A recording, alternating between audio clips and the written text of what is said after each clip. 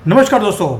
Tesla collapse हो चुका है या कोलैप्स होने वाला है और साथ में 5-6 और बहुत बड़ी जॉ ड्रॉपिंग न्यूज़ है जो मैं आपके साथ शेयर करने वाला हूं। और ये inside the world's most explosive stories हैं जो मैं आपके साथ करने वाला हूं और सारी की सारी एक दूसरे के साथ इंटर रिलेटेड भी हैं और कोलाइड भी करती हैं। सबसे पहला है इलॉन मस्क का वॉर ट्रंप के साथ, दूसरी तरफ मिसाइल्स दोबारा से जानी शुरू हुई हैं तेहरान के अंदर और चाइना सारी चीज़ों का फ़ायदा क्वाइटली ले रहा है जबकि उसकी अपनी कंट्री में वाट लगी पड़ी है चाइना की, लेकिन दुनिया में वो एनकैश कर रहा है चीज़ों को। और ये सारी न्यूज़ ऐसी हैं जो मेन स्ट्रीम मीडिया आपको दिखाना नहीं चाहता है। मुझे कंफर्म कर देना इन 5-6 चीज़ों के जो मैं बता रहा हूँ आपको, उसमें से कौन सी न्यूज़ आपने सुनी होगी। मैं बेट करता हूँ 5 में से 4 आपने सुनी भी नहीं होगी ये क्या मैं बताने वाला हूँ। अब आते हैं, शुरू करते हैं कि आज का सबसे ज़्यादा बर्निंग टॉपिक क्या है और वो एक्सप्लोड भी कर रहा है। पहली बात है कि जो व्हाइट हाउस है it is under seize. 2 billionaires की लड़ाई हो रही है, मिसाइल्स मिडल ईस्ट में जा रहे हैं और बीजिंग आराम से बैठकर हंस रहा है जबकि आंसू भी आ रहे हैं क्योंकि अपनी इकोनॉमी की वाट लगी है, लेकिन दूसरे का नुकसान देखने के बाद हंस भी रहा है इन द शेडोज, यानी कि अपनी शेडो लंबी होती जा रही है लेकिन हंसी भी है। अब आते हैं कि भाई अगर आपको लग रहा होगा कि कल परसों के जो दिन थे वो बहुत ज़्यादा वाइल्ड थे, तो आज का जो दिन है जो मैं न्यूज़ देने वाला हूँ ये आपको ब्रेथलेस छोड़ने वाला है। अब शुरू करते हैं। सबसे पहली न्यूज़ है ट्रंप की और इलॉन मस्क की। अब इलॉन मस्क ने, आपको मालूम है, पंगा ले लिया। पॉलिटिकल ब्लड बैथ होना शुरू हो गया है जो किसी ने देखा नहीं था। अब हो क्या रहा है भाई, आपको मालूम है कि ये जो टेक्निकल जायंट था, कौन, इलॉन मस्क, उसका कोलैप्स होता हुआ देखकर चाइना सेलिब्रेट कर रहा है। जुलाई 1 को डोनाल्ड ट्रंप ने अपना एक बिग एंड ब्यूटीफुल जो बिल था वो सेनेट में दिया, पास हो गया। पास भी ऐसे हुआ कि 50-50 का डेडलॉक था। वाइस प्रेसिडेंट जेडी वेंस ने वोट किया और उसको पास करवा दिया। उसके बाद वो हाउस में गया, हाउस में भी वो पास हो गया। अब ये जो ब्यूटीफुल मैसिव बिल है वो पास होने के बाद होगा क्या, वेलफेयर के पैसे काट दिए गए, मेडिकेड के पैसे काट दिए, यूएसएआईडी कैंसिल हो गया और जो टैक्स ब्रेक्स हैं अमीर लोगों को वो दे दिए गए हैं। इवन की जो फैक्ट्री लगाएगा अमेरिका में उसको भी टैक्स ब्रेक मिला है। दूसरी तरफ जो सिक्योरिटी है बॉर्डर की, डिफेंस को, उसको और बढ़ावा देने के लिए वहाँ पर पैसे दे दिए। यानी कि ट्रंप के लिए बहुत बड़ी जीत ये दिखाई दी। लेकिन एक आदमी है जिसने ओपनली इसको अपोज किया और उसने युद्ध शुरू कर दिया, वो है इलॉन मस्क। इलॉन मस्क ने युद्ध शुरू किया डोनाल्ड ट्रंप के साथ। 18 घंटे लगातार उसने एक के बाद एक वो ट्वीट देता रहा। 44 ट्वीट्स करे हैं उसने और उसने बोल दिया कि जो ये एक्ट है, जो पास हुआ बिल, ये इंसेन है और उसने ट्रंप को बोल दिया ये अथॉरिटेरियन है, ये किसी की बात सुनता नहीं है और ये कंट्री का भट्टा बढ़ाने वाला है। मुझे लगता है उसको भी पता लग गया है इलॉन मस्क को कि भट्टा बढ़ाना क्या होता है और उसने बोल दिया कि मैं एक नई पार्टी बनाऊंगा जिसका नाम होगा अमेरिकन पार्टी। और उसके खुद के वर्ड्स हैं ये इलॉन मस्क के कि ये जो पार्टी है इसकी, डोनाल्ड ट्रंप की, ये एक पार्टी बन गई है जो डिक्टेटरशिप की तरह काम कर रही है और अब मैं एक नई पार्टी बनाऊंगा अमेरिकन पार्टी जो हर डेमोक्रेट, हर रिपब्लिकन को हराएगा जिन्होंने इस बिल को सपोर्ट किया है। लेकिन डोनाल्ड ट्रंप तो डोनाल्ड ट्रंप है, वो चुप करके बैठने वाले नहीं हैं। उन्होंने भी हिटबैक किया। हिटबैक ये किया कि भाई तुम आउटसाइडर हो, तुमने यहाँ पर आकर सबसे ज़्यादा दुनिया की सब्सिडी ली है, तो पहले तो तुम्हारी मैं इन्वेस्टिगेशन शुरू कराऊंगा कि तुमने इतनी सब्सिडी ले कैसे ली और अगर तुम पकड़े गए तो तुम्हें वापस साउथ अफ्रीका भेजूंगा जहाँ से तुम आए हो। दोस्तों, अगर इसकी इन्वेस्टिगेशन शुरू हो गई टेस्ला की और स्पेसएक्स की, आपको मालूम है कि जब बिज़नेस आप करते हैं तो उसमें कोई ना कोई धांधली की होती है और अगर ये हुआ तो इलॉन मस्क की कंपनियों को बंद कराने की नौबत आ जाएगी। And guess what, who is going to benefit? Of course China, क्योंकि बीजिंग का एक सपना था कि वो अपनी जो कंपनीज हैं, जो इनकी इलेक्ट्रिक व्हीकल्स के जायंट्स हैं जैसे BYD है, नियो है, ये पूरे दुनिया में स्प्रेड करना चाहते हैं। लेकिन इनके सामने एक ही कंपनी है जो कंपटीशन में खड़ी है, वो है टेस्ला। और कहीं अगर यूएसए की जो सब्सिडीज़ हैं जो टेस्ला को मिलती हैं, अगर वो बंद हो गई या इलॉन मस्क के ऊपर फेडरल आग आनी शुरू होगी जिसको हम फेडरल फायर करते हैं, तो सबसे ज़्यादा फ़ायदा होगा चाइना को। वो जो बैक सीट पे बैठा है वो फ्रंट रो की सीट में आके बैठ जाएगा और ये वंस इन अ सेंचुरी की जो टेक्निकल कोलैप्स की स्टोरी है इलॉन मस्क की, वो इसके फ़ायदे की बात होगी। तो ये तो हो गया इलॉन मस्क और डोनाल्ड ट्रंप का। अभी तो शुरू करा है यार, अभी 4 न्यूज़ और हैं। अब इसकी लड़ाई के बाद आप देखिए क्या हो रहा है। अब ये हो रहा है कि इलॉन मस्क की जो प्राइसेस हैं कंपनी की वो 6% से ज़्यादा नीचे गिर गई हैं और डोनाल्ड ट्रंप ने टारगेट करना शुरू कर दिया इलॉन मस्क को ओपनली। लेकिन वो इलॉन मस्क को अकेले को टारगेट नहीं कर रहा, एक ये आदमी भी है। ये है न्यूयॉर्क का राइजिंग स्टार जिहादी मामदानी। नाम में ही मुझे लगता है जिहादी लगा देना चाहिए। और ये एक प्रोग्रेसिव एक कैंडिडेट है जो बोलता है कि जो बॉर्डर सिक्योरिटी है इसको बंद कर देना चाहिए, इलीगल इमिग्रेंट्स को बाहर नहीं निकालना चाहिए। और डोनाल्ड ट्रंप का रिस्पांस क्या था कि मामदानी को अरेस्ट कर दो। पहले उसने बोला कि इलॉन मस्क को अरेस्ट करके बाहर निकाल दो, डिपोर्ट कर दो। अब वो बोल रहा है इसको भी अरेस्ट कर लो। और अगर मामदानी ने जो फेडरल इमिग्रेशन लॉ है उसके अंडर लोगों को पकड़कर अगर डिपोर्ट करने की कोशिश करी गई गवर्नमेंट की तरफ से और मामदानी ने उसे रोकवाने की कोशिश करी तो इसे अरेस्ट कर लिया जाएगा।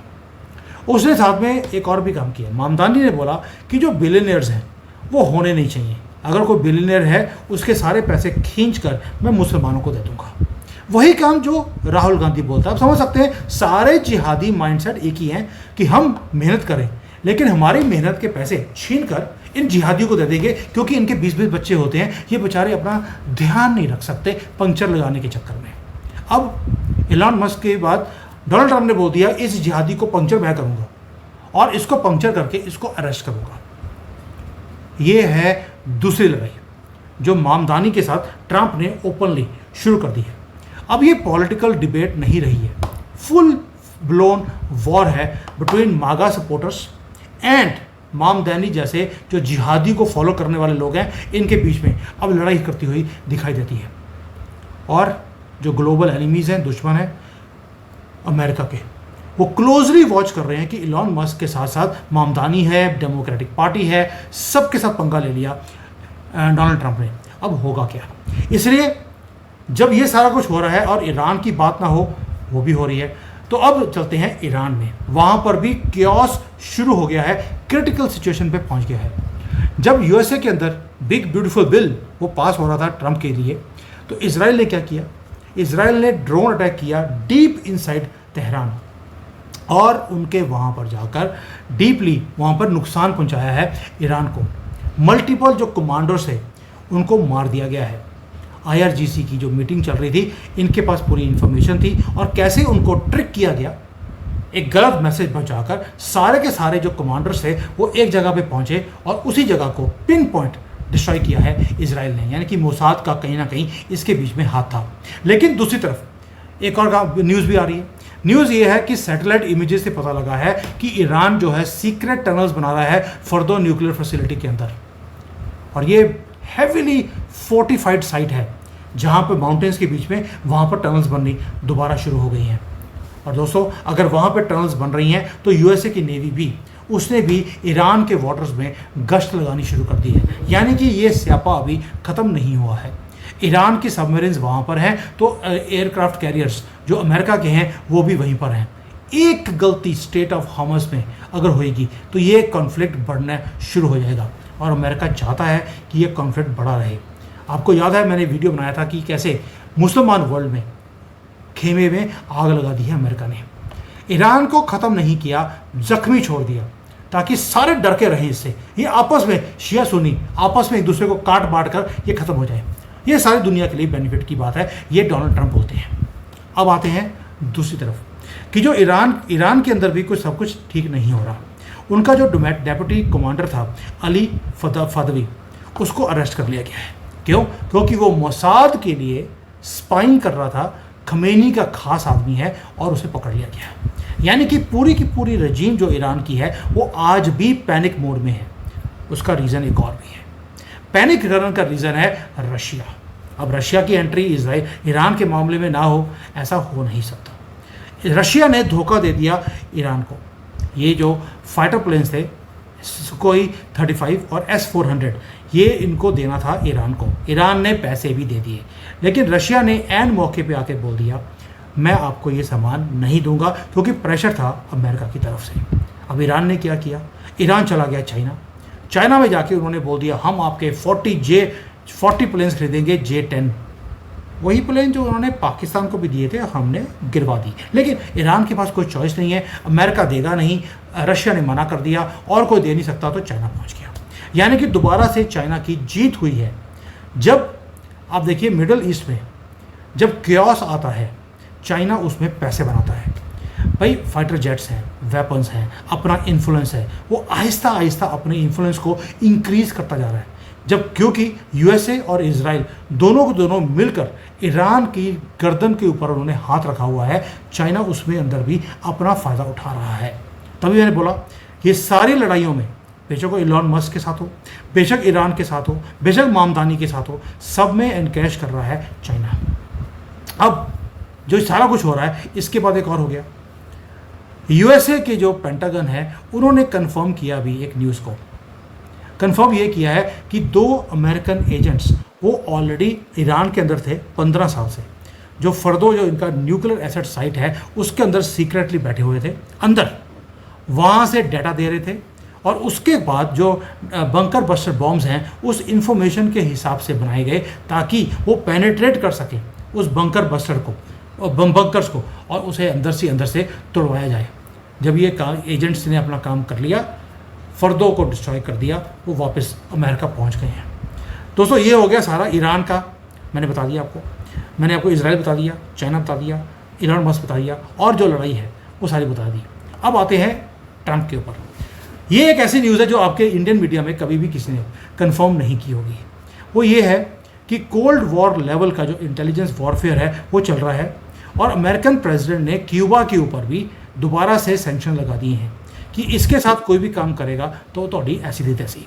यानी कि यूएस के बिजनेसेस को अब अपने रिलेशंस क्यूबा के साथ तोड़ने पड़ेंगे, और ये चीज़ है जिसको कोई कवर नहीं कर रहा। ये बहुत बड़ी न्यूज़ है, क्योंकि इसके साथ जो कंट्रोल है अमेरिका का साउथ अमेरिका के ऊपर वो बढ़ना शुरू होगा।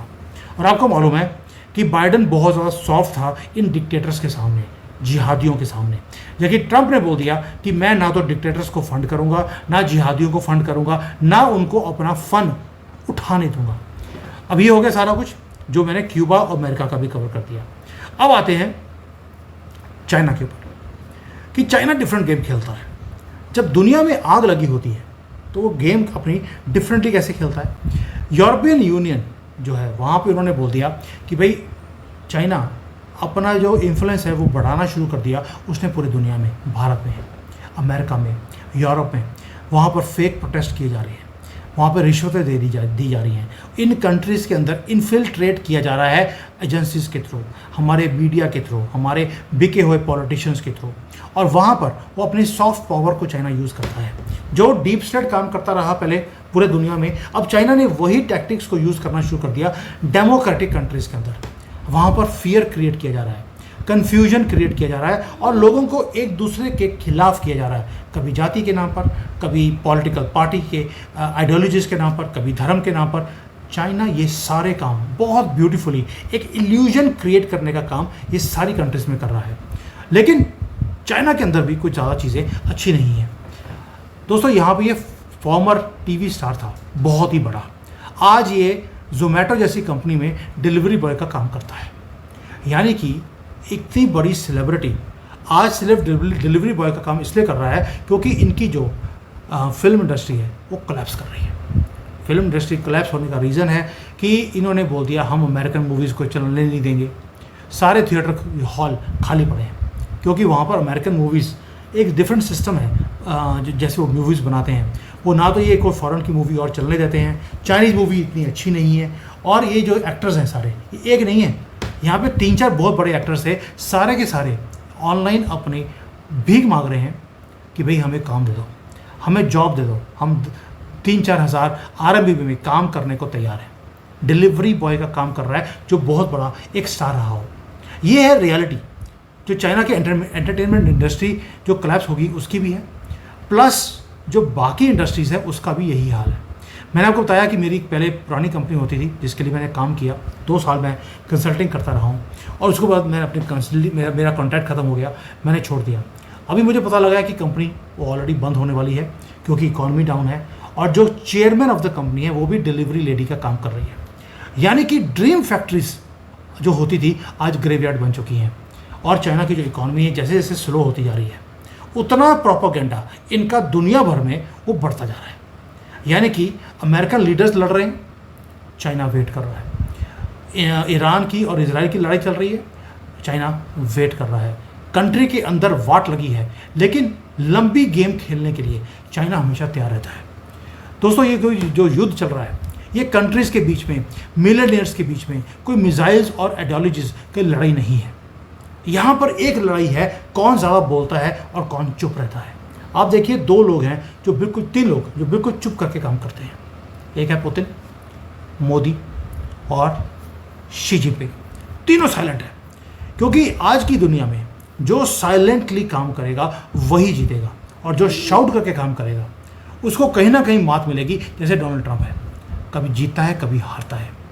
और दोस्तों ये जो सारा मैंने ये पूरा गुलदस्ता आपको रखा मैंने, क्यूबा, चाइना, यहाँ पे सेलिब्रिटीज़ की जो हालत है, बिजनेसेस की जो हालत है, प्रोपेगेंडा इंक्रीज हो रहा है। दुनिया में एक तरह से एक ऐसा क्योस क्रिएट किया हुआ है जो हमारा मीडिया कवर नहीं करता। क्यों? रीज़न भी एक ही है, वो सिर्फ चीज़ों को, ट्रुथ को स्पिन करते हैं कि ताकि ट्रुथ आपके सामने आ ना सके। और जो ये जियो पॉलिटिकल गेम चल रही हैं ये सारी इंटर रिलेटेड है। डोनाल्ड ट्रंप आज जो काम कर रहे हैं आपको हैरानी होगी कि उन्होंने ट्रेड डील साइन कर लिया चाइना के साथ, जहाँ पर चाइना ने झुककर ट्रेड को डील को साइन किया है। लेकिन डोनाल्ड ट्रंप ने भी कुछ बहुत बड़ा काम कर लिया जो आप इमेजिन नहीं कर सकते। ये भी हमारी मीडिया ने कवर नहीं किया। जो सेमीकंडक्टर का रोक लगाई थी चाइना के ऊपर, डोनाल्ड ट्रंप ने उसको ओपन कर दिया है। यानी कि उसको अपनी ईगो को सेटिस्फाई करने के लिए जो कुछ चाहिए था चाइना से उसने ले लिया, उसके बदले में उसने सेमीकंडक्टर को दे दिया चाइना को।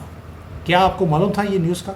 ये मैंने एंड के लिए रखा हुआ था 5वीं न्यूज़, बिकॉज ये इतनी बड़ी न्यूज़ है क्योंकि इससे चाइना का जो एक ही चीज़ था जिसमें ये कमी थी इनकी, वो था सेमीकंडक्टर। अभी उसमें भी राइज करना शुरू करेंगे, ये वाट लगाएंगे पूरी दुनिया की। ये है सारी न्यूज़ जो सारी इंटर रिलेटेड है। और जियो पॉलिटिक्स में एक चीज़ आपको याद रखनी पड़ेगी, कोई दोस्त नहीं, कोई दुश्मन नहीं, सिर्फ अपना फ़ायदा देखते हैं सभी। इसलिए अगर कोई आपको बोले कि चाइना दुश्मन है, पाकिस्तान दुश्मन है, नथिंग एट ऑल, सब दोस्ती है। यहाँ पर आपके इंटरेस्ट सेटिस्फाई होते हों। अमेरिकन प्रेसिडेंट आज की डेट में वो बिजनेसमैन ज़्यादा है और पॉलिटिशियन कम है। उसको जहाँ फ़ायदा मिलेगा, अगर उसको आसिम मुनीर जैसे स्ट्रीट डॉग से भी उसको फ़ायदा मिलता होगा, इलॉन मस्क उसकी बढ़ाइयाँ करना शुरू कर देगा, लॉन्च करेगा और उसको बोलेगा व्हाट अ ग्रेट मैन। और मोदी जी आंखों में आंख डाल के बात करते हैं तो आपको मालूम है कि मोदी जी के साथ और हमारी कंट्री के साथ वो क्या कर रहा है। इसलिए ये सब कुछ चलता रहेगा। We don't have to react कि इलॉन मस्क क्या कर रहा है, अमेरिका क्या कर रहा है। हमें ये देखना है कि हमारी गवर्नमेंट हमारे कंट्री के लिए क्या कर रही है और किस तरह से हम अपने एग्रीमेंट्स को अपनी मर्जी के साथ हमारे फ़ायदा को देखते हुए हम कैसे साइन करवा रहे हैं। और यही जियो पॉलिटिक्स की खूबी है। I hope you like this video and I have covered those things which no Indian media will ever cover. Thank you. Jai Hind and Vande Mataram.